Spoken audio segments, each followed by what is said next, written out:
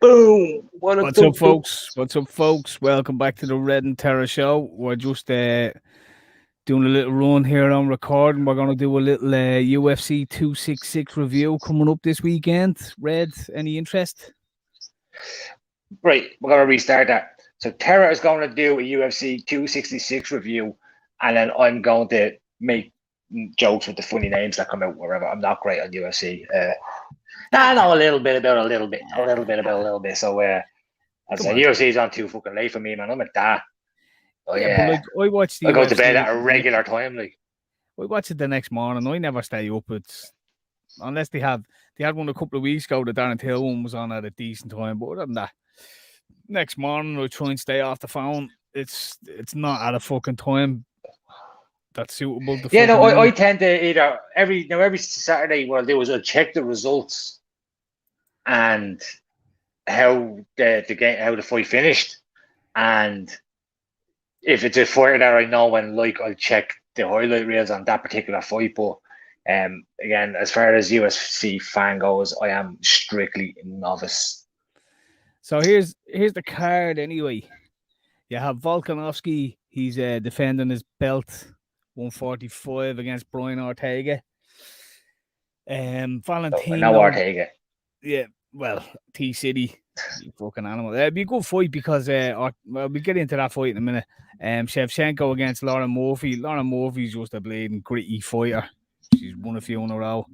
I think Shevchenko's a beast. She's kind of cleaned out fucking the division, you know what I mean?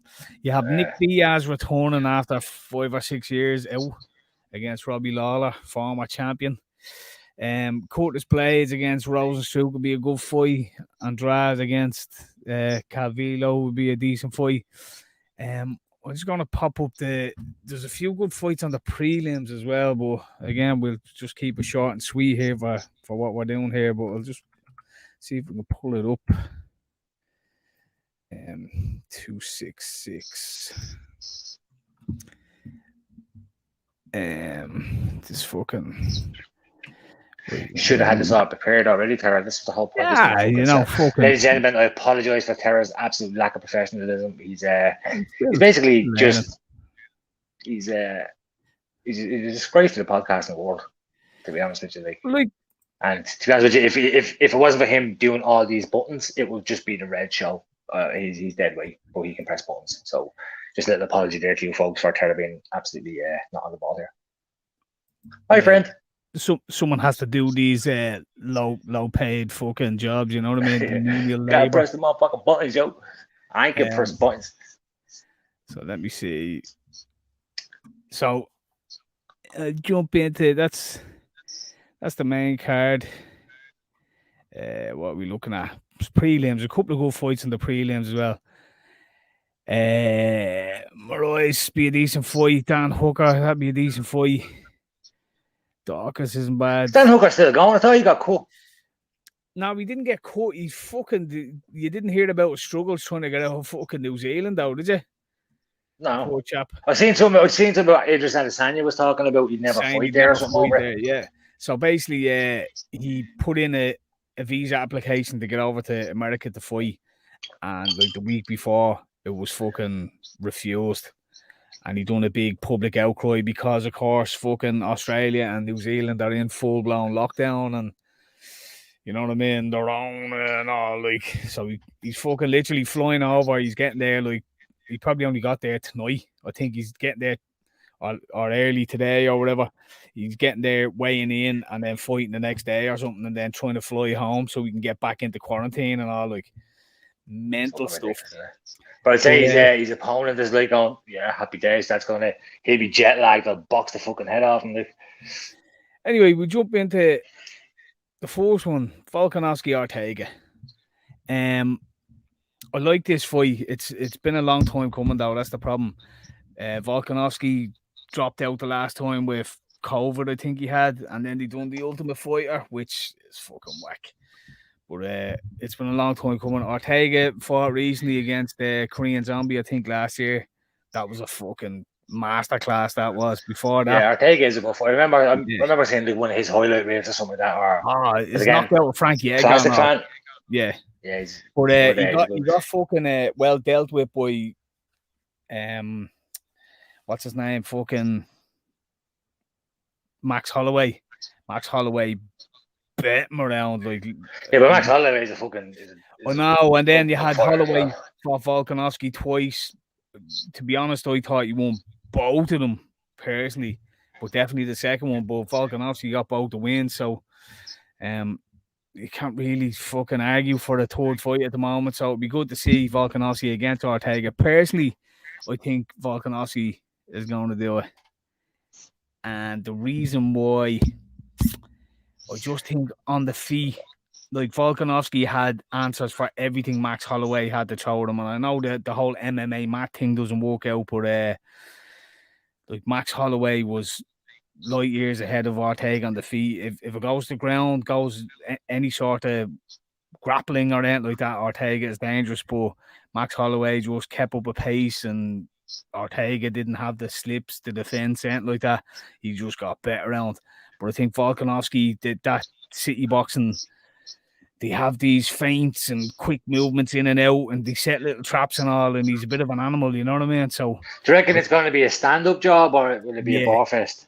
No, it'll be a stand-up job, but I think it might be a bar fest in terms of, I think Volkanovski, he's reminding me a little bit. It's probably bad to say it, but a little bit like Woodley. It's kind of like, and it's hard to judge it because he's only fought Holloway twice, but he was very calculated in those two fights. And Adesanya's been a bit like that now. It's like, now that I have the belt, the things that got them to the dance, kind of that excited you, that they got the chance to fight for a belt, has been reined in a little bit, and it just becomes this, right, what do I need to do to win this fight? I need to stay in the back foot, I need to keep moving, and it becomes this kind of calculated risk. Well, it comes a case where both fighters are doing that, and it becomes very tactical and defensive, which is good if you're a proper martial arts fan and that's what you want to see. But for the fans like yourself, they get paid more when they're champion. You know what I mean? And all the acclaim that comes with it. So now I'm probably being a bit harsh on Volkanovski because his two fights were against Holloway, and let's be honest, Holloway was a fucking legend, and he just walked through everyone. He fought everybody and anyone in that division. So his two fights against him, he arguably was fighting one of the best featherweight UFC fighters in all time, you know what I mean? So of course he's seen his game plan and he implemented it, and it worked perfectly for him, even though technically there's a big argument on whether he did win the fight or didn't win the fight, but it won him the fight regardless. So it would be nice to see him. Do you reckon as well, sorry to interrupt you, that fighters know that the referees, because like one thing, as I'm a boxing fan, right? So the thing that mars boxing the most is the decisions. Yeah. So, but that's creeping into the UFC. I've noticed a lot of people giving out about decisions, and Dana White in interviews come back saying, "Yeah, I don't know what the ref is thinking of the decisions and the judges and all, and I don't know what control he has." But do you reckon fighters are actually planning to go in and get a bad decision? Like, just if I'm tactical enough but defensive. I think the argument is that the 10-point system used for boxing it's not appropriate for MMA. There's so many other things happening in MMA.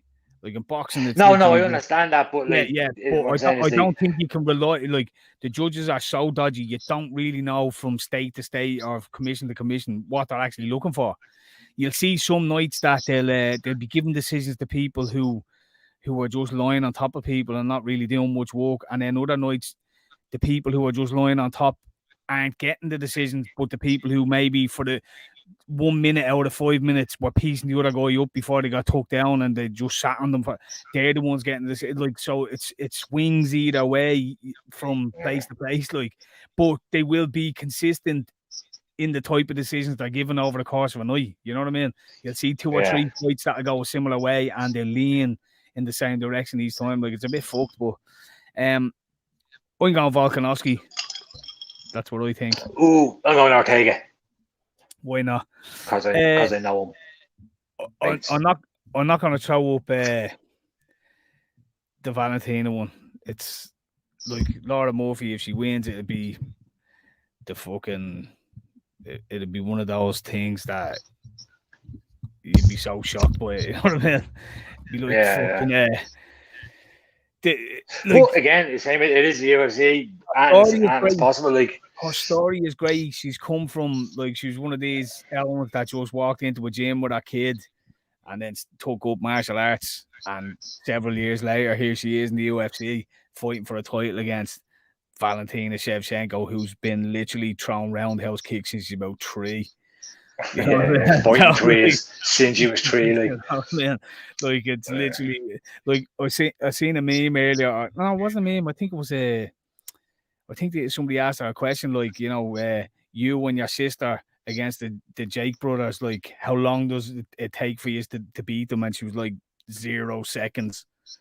And I don't doubt it. She would literally walk over there, roundhouse kick someone, and it'd be a death. You know what I mean?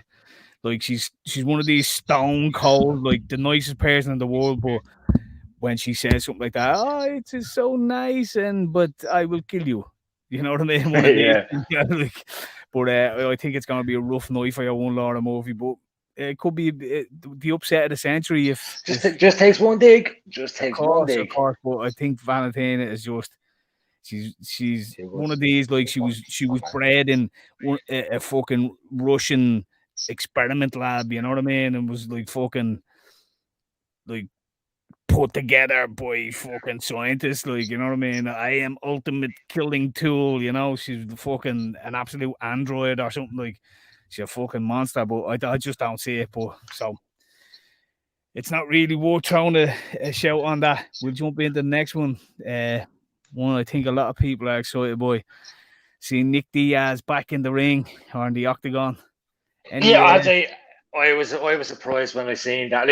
I've always heard talks of Nick Diaz. Sorry, I'm not giving I'm just trying to get your shit sorted. Hi, that's my hand. Sorry.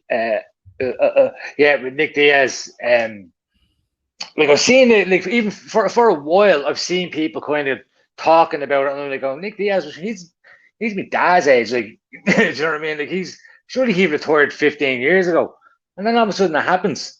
I'm like, holy shit, man! He's here. Oh, sorry, that a bit better. He's 28, so that's my age. He's my dad's age. I'm old. I wouldn't have. He's old as fuck. But I mean, he fought Lawler, I think it was 17 years ago, so it's like a 17-year-old rematch. I think it's one of the longest in history or something like that. But I mean, I watched his interview with Brett Okamoto earlier, and it's weird. It's like he doesn't want to be back here fighting, but he's nothing else in his life. You know, this old adage of a fighter, they don't know what to do after they hang up the gloves, but he definitely hung the gloves up way earlier than he probably should have. You know what I mean? And but he still did, and then wasn't fighting competitively for, of course, a good amount of time, and Lawler's going to do. Lawler will die an 80-year-old beast. He'd bat you until he's 80. He'd fight to the death. He's one of those. He's born and bred for fighting. Where Diaz, you can see in him he doesn't really want to fight anymore. But it's all that he knows. You know what I mean? And he called now fucking Usman there now, was he? Well, he was complaining. He said whoever made the matchmaking for him against Lawler's a fucking idiot. He's like, I already bet this guy. I'm supposed to beat him again. If I don't win, then I look like a tick. You know what I mean? So he's like, I don't know why I'm fighting this fight. I should be fighting Usman. And I think everyone kind of went, be careful what you wish for, pal. You know what I mean? Yeah, no, because that's one thing about Lawler. Again, as saying he's like, he will die a fucking animal. Well, Lawler, he hasn't had a great run lately, but he's fought some. Right, he got beat by Woodley. He came back. He fought. I know he fought Askren. He fought Covington. Covington gave him a tough time, and he had another fight. Covington is a tough fighter. I know people don't like him personally, but he's a good fucking fighter. Well, I think him and Usman I was speaking about there earlier. Is going to be an interesting fight. I wonder does Covington instead of because Usman's hands now, he's with Trevor Whitman, Gaethje's coach, and his hands his jab and everything is it's like fucking when Francis Ngannou learned to stuff takedowns. It's like, oh, this motherfucker's scary now. You know what I mean? He's like, he doesn't just lay and pray and fucking beat the fuck out of you. He can actually stand and throw hands as well, like, and they're vicious. Like that knockout of Masvidal was vicious. But I wonder if Covington, because Covington has kind of the spaghetti hands, but he throws about 4 million punches per second. Like, so you wonder, will he want to go? He's a great engine as well, hasn't he, Covington? But so does Usman, you know what I mean? So, but you wonder, does Covington try and trade him for 5 rounds again, or does he say, right, well, let's mix in a bit of grappling and wrestling and see who tires first, or see who's better wrestler or whatever, you know what I mean? So that'll be an interesting rematch. But Diaz Lawler, I'm going Lawler. I'm going Lawler as well.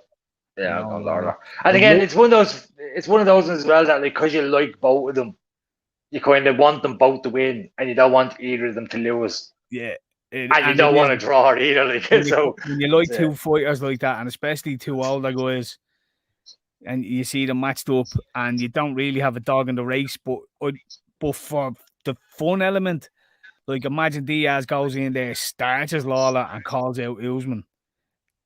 It makes it fun, you know what I mean? But I think, let's be honest, like, and the fact that they changed weight last minute was a bit odd.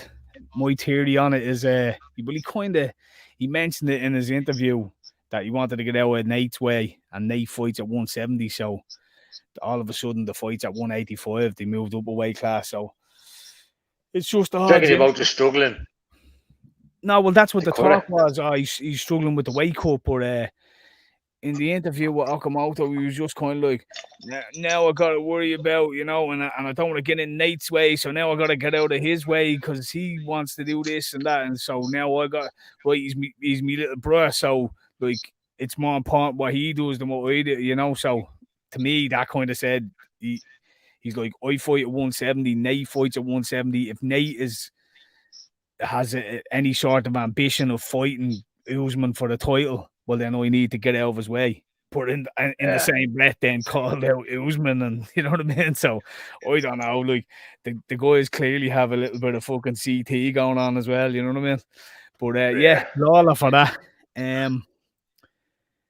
There's some other good fights on it, but we won't jump into them. We'll keep this short and sweet. I just wanted to ask you one kind of thing before we jump out of this, Red, because I know you're a boxing man. Well, 2 things I want to ask you. We'll get to this one first. Is Joshua is fighting this weekend. Obviously, him and Fury didn't go ahead as planned because Fury and Wilder are fighting next month. So we have Joshua against Usyk. Very interesting fight. I'd love to get your take. Very dangerous fight. Very dangerous fight for Joshua, isn't it? That's exactly what he's like Usyk. Usyk is one of those just fucking cold-blooded killers. Like, he has his flaws. He's very beatable. Like Joshua will walk in being the favorite, but Usyk is the sort of, if he's decent odds, put money on him, because he has. I think he's a better boxer than Joshua, and Joshua for a heavyweight is a good boxer. Joshua has the moves, and he has the rhythms, and he's so and especially for a heavyweight, he is always looking for that big shot, so he kind of teleports it a little bit. But the problem is, if he and that's the same. But is like his jab is strong enough to wear fuckers down, that he can, and then once he kind of even half lands it through the gloves and he stumbles fighters, it's kind of game over. Once he kind of smells blood, it's game over. But Usyk, very tough fighter, has knockout power. I mean, he starts value, like. Was that his last fight? No, it wasn't. What was his last fight, Usyk? I was watching that. No, his last fight, I think was Dillian White or... I always get these two mixed up. Dillian White, Chisora. Yeah, it was one of them, wasn't it? They're both basically the same fighter that are always like, one fight away from a title, but they never get there. They're like the gatekeeper, like. Yeah, but very, very unlikable guys as well. I had to say, I don't like either of them. I don't know what it is. On the chip on their shoulders or something. Was it Dillian White was fighting on? I think it was one of the fucking Paul Brothers cards, and he was being a right bitch on it as well. Like, he was giving out murder, wasn't he? Yeah, it's a bit of a diva and stuff. Now I know it's all kind of an act and all that, but it's just not an act I enjoy. Same with Chisora. Do you have this chip on the shoulder? And it's just like, lads, look at, there's better boxers that you're just in the wrong time. That's all. You're just like you're the, like. Do you know what I mean? Don't get me wrong. He's a good Premier League players. Like you're Danny Ings, but there's also like Ronaldo and Messi and Danny Ings playing in the Liverpool side with Mo Salah, and you know what I mean. You're a good striker, exactly. That's the issue. Like he's a good. He's have talent. He's a good boxers. Let me ask you, right? So obviously, the fight everyone wants to see is Joshua against Fury. That's without a doubt. But you haven't asked me who do you think Joshua Usyk first. Well, this is what I'm going to say, right? I'm building up to this, right? So obviously the fight everyone wanted to see was Joshua and Fury. You brought it up that it's a dangerous fight for Joshua to take on Usyk. Do you think if Joshua loses, that it jeopardizes the fight with Fury? And as well, we know Fury is in a position where he's got to go and fight Wilder again. That's another dangerous fight, depending on what type of Wilder turns up. But Wilder seems to be training badly or a bit erratically and stuff like that. So I reckon you don't know. Maybe, and is Fury as motivated for the third fight as well? It's possible that either one of these fights could go pear-shaped. And do you think that fucking throws? So right. So Joshua Usyk, do you think there could be an upset on the cards, and would that fuck up the Fury fight? And then even if Joshua wins, if Fury was to fuck up against Wilder, does that throw the fight into disarray? You know what I mean? I think what it would do regarding that fight is maybe push it back a fight, but it'll still happen because it has to happen. If anything, it's an absolutely like it's like if people will still want to see Tyson Fury knock Anthony Joshua out, regardless of whether Joshua loses or Fury loses or they both lose. So say Joshua gets beaten by Usyk, and then fucking Fury wins against Wilder. Does he have to fight Usyk? If Joshua, I think so. If he wants that, Wilder wins. Does Joshua fight Wilder? You know what I mean? Well, again, I don't think you have to. But if you want those belts, like so, if Fury wants, do you know what I mean? Then you have to fight Usyk. But there could be a clause that if Joshua gets knocked out, he gets to fight again against Usyk. So that could push that Fury fight back as well. As what happened with fucking what's that Mexican fella? Fucking that beat Joshua.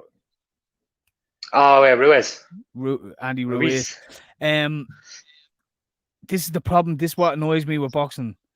It's not as bad in the UFC. You want the fights you want to see. There's always something that gets in the fucking way and delays it. Always something. Yeah. But again, see, the problem is, right, there's too many belts in boxing. That makes too many matchups possible. That makes it hard. And then there's so much money in it now. Like as I was saying, so you could have, like, if Usyk knocked out Joshua, right, and let's say he didn't want to activate his fucking clause for a rematch, Usyk basically has the pick of Fury. Now, the best scenario would be that both Fury and Joshua win in order for this fight to happen. The second best scenario for this to happen is if Usyk wins and Wilder wins, because them two can fucking fight for the belts, and Joshua and Ting can have the knocks. Now, if that happens, both of them are then going to go and fight the rematches. And then if they win that, or if one doesn't and one doesn't, because the more you prolong it, more people want it. Even if it doesn't even make that much sense. Yeah, it's never, because they're going to keep calling each other out. It's like when Diaz and McGregor, it's like they could fight at any time for any reason, but you know, the longer you prolong it, the more people kind of want to see it. You'll always find a scenario where you're like, right, well, both of them are coming off losses. Both of them have no fights lined up. They're neither really in the room for a title. So now would kind of make the most sense to fight. And people will still want to see it. That's what I'm saying. That's the thing, because they want to see it. Like, what's your prediction? That people are going to like Joshua Usyk. I'm going to go with Joshua, but I'm going to look at the odds on Usyk, and I might throw a tenner on him. That's where I'm at, because it is a very dangerous fight for Joshua. I think there's going to be some adversity for Joshua, but I think he'll probably come through in the end. could get an early knockdown, or the first couple of rounds he'll take a few. But I think over the course of the fight, I think he'll just have a bit much for Usyk maybe. But yeah, I think if he's landing the jabs, you tire Usyk out, and if he does manage to land anything significant, he obviously has the power to put him down twice and have to have a stoppage. You know what I mean? I'd actually say I'd be going like 6-7 round stoppage for Joshua, but could also be that for it's a very tough, very tough fight for Joshua. Right, look, I'm an anti-Joshua fan as well. Before we wrap this up, I want to ask you one more thing. I probably should have pulled the video up, but I don't have it ready here. What did you make of the Canelo plant incident? Did you see it? Yeah, actually, did you see the meme that was going around? I can't remember exactly what it was, but it was just a Dublin meme, and it was like Canelo, like he'd done a tweet, and he was like, "I only gave him a dig in the eye because he says my dad sells Avon or something like that." Like, so I just thought that was gas. But yeah, look, it's they should always have people there. It's so amateur, isn't it? You've two. Yeah, you should always have a Dana White. Like there's two Owens there, and you could see him coming back and all. You can see him coming back, and you're like, he's after pushing him. He's on his way back over. Get in the way there, boys. Someone fucking, you know what I mean? They let them at it, but the slip. Yeah, it was just the reflexes of Canelo. Slick. Fucking. It kind of shows you how the fight's going to go. I think like Canelo is. He's just too good. He's on a different planet. He's so good. Like, he's so good at every part of boxing. Yeah. He has it all down. Now again, Lomachenko was my favorite boxer. Just stylistically, like, and Josh Kelly is coming at a close second. Josh Kelly from he's Wales, isn't he? Very, like, you can tell he watches Lomachenko. He very moves like a very fluid, technical angles. Like, fucking great to watch. Like, I think when it comes to the sweep points, though, Canelo has. Yeah, but Canelo just has it all. He can defend, and his counters are fucking like, not only when he's defending, when you're swinging at Canelo, it's like he sees you're doing that, so he's already ducking down and going for your kidney in the same motion. Like, it's all split second. His reflexes. Now again, I think GGG beat him. GGG beat him. Did. The force fight. Golovkin. I thought Golovkin got him the force fight. The second fight. Yeah, the first one. The second one was a draw. But Golovkin won the first one, I think. The second one, I thought Canelo won now, to be honest. But I think gave it a draw. It was very hard to call, and again, I like Canelo more than Golovkin, but I also love Golovkin. Like, do you know what I mean? Because they're both fucking. Yeah, they're both like the pinnacle of boxing. Like, and that's but when you're watching Canelo, it's just so hard to look past him. Like, he has it all. And he's very entertaining, and now he doesn't like your man, so he very rarely goes into fights angry. He's a nice guy, isn't he? He's very placid. Yeah, he's a very placid guy and very professional. Apparently, he just got this would be interesting. Yeah, your man called him a motherfucker, and he took it quite literally, as in you're talking about my mother. You know what I mean? Like, and it was like, no, I wasn't talking about your man. I was just calling you motherfucker, you stupid cunt. Like, you know what I mean? He kind of, it was lost in translation or whatever. You never see him get that animated, do you? So to see it, no. You wonder would it throw him off his game, but I think he's too good. Well, he's very professional, but I think he's going to want to knock your man out now, regardless, anyway. Yeah. And that's a good quite big to win a match to him as well, which makes it interesting. But yeah, I can't see. Canelo will eat him on the inside. He'll fucking eat him on the inside. He will. Like, he'll turn it into his. That's the same. He's like all rounder. Canelo is just an all rounder. He's so good. If he has to defend, you're not hitting him, and if he has to attack, he's hitting you. And if he has to defend, then attack, he's defending, attack, and hitting you. Do you know what I mean? He's hard to hit, and you have to be pinnacle to be able to fucking Golovkin them. Do you know what I mean? But Plant isn't. Plant is a good fighter. I've seen bits of him. Not a bit huge. I haven't seen a lot of him. But yeah, I think it's one of those, like, it's a Shevchenko versus your woman Lauren. It's kind of a if fucking it's not. If he wins, it'd be very, very. You're basically going to just watch. You're going to tune into that fight to watch a Canelo masterclass, and hopefully the other fella does well. Like. Right, or last long enough. we'll wrap up. That's a half an hour on the button there. for this little UFC breakdown with a little bit of scrap chat, a little bit of boxing chatting it. But anyway, I hope you folks enjoy the fights of the weekend, and we'll catch you on the next broadcast. Thanks for tuning in. Yeah.